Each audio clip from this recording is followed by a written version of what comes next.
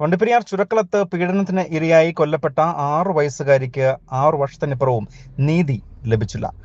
ഉദ്യോഗസ്ഥരുടെയും സർക്കാരിന്റെയും ഭാഗത്തുണ്ടായ അലംഭാവമാണ് നീതി നിഷേധത്തിന് പ്രധാന കാരണം. കേസിൽ പുനരന്വേഷണം ആവശ്യപ്പെട്ടുകൊണ്ട് മുഖ്യമന്ത്രി വി ഡി സതീശനെ കാണാൻ ഒരുങ്ങുകയാണ് പെൺകുട്ടിയുടെ കുടുംബം. പതിവ് തെറ്റാതെ ഇത്തവണയും പെൺകുട്ടിയുടെ ഇഷ്ടവിഭവങ്ങൾ കല്ലറയിൽ വിളമ്പി മാതാപിതാക്കൾ.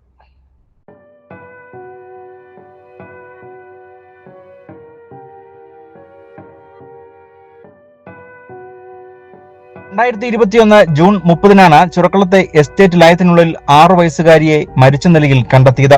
പോസ്റ്റ്മോർട്ടം പരിശോധനയിൽ കുട്ടി പീഡനത്തിന് ഇരയായാണ് കൊല്ലപ്പെട്ടതെന്ന് തെളിഞ്ഞു. സമീപവാസിയായ യുവാവിനെ പോലീസ് അറസ്റ്റ് ചെയ്തെങ്കിലും 2023 ഡിസംബറിൽ തെളിവുകളുടെ അഭാവം മൂലം വിചാരണ കോടതി ഇയാളെ വെറുതെ വിടുകയായിരുന്നു. കോടതിയിൽ അപ്പീൽ 2 വർഷം പിന്നിടുമ്പോഴും കേസിൽ ഒരു ഹിയറിംഗ് പോലും ഇതുവരെ നടന്നിട്ടില്ല. മുൻ മുഖ്യമന്ത്രി പിണറായി വിജയനെ നേരിൽ കണ്ട് പുതിയ പ്രോസിക്യൂട്ടറെ നിയമിക്കണം എന്ന് ആവശ്യപ്പെട്ടിരുന്നു. സർക്കാർ ഇതും അട്ടിമറിച്ചു.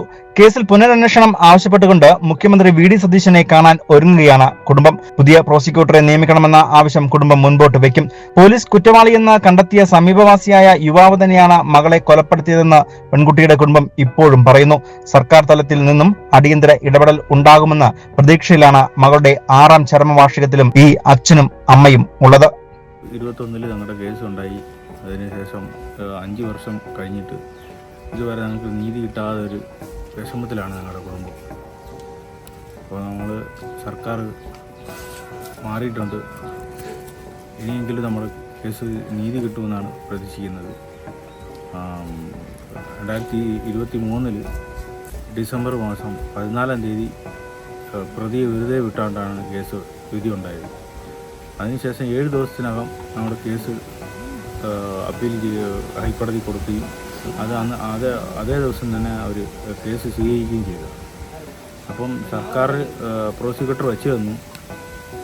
എന്നാൽ നമ്മൾ പെറ്റീമ അപ്പീൽ കൊടുത്തിരിക്കുന്ന വക്കീൽമാരുടെ പ്രോസിക്യൂട്ടറെ ആക്കണമെന്ന് പറഞ്ഞ് നമ്മൾ മുഖ്യമന്ത്രിയെ നിയമിച്ചിട്ടുണ്ടായിരുന്നു. അപ്പോൾ അദ്ദേഹം പറഞ്ഞത് ശരി, അങ്ങനെ ചെയ്തു തരാം എന്ന് പറഞ്ഞിട്ട് മാസങ്ങൾ കുറച്ച് കഴിഞ്ഞിട്ട് അവിടെ നിന്ന് ഒരു നോട്ടീസ് വന്നു.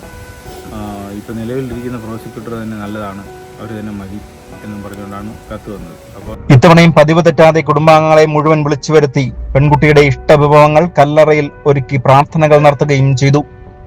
News bureau, Vandiperiyar.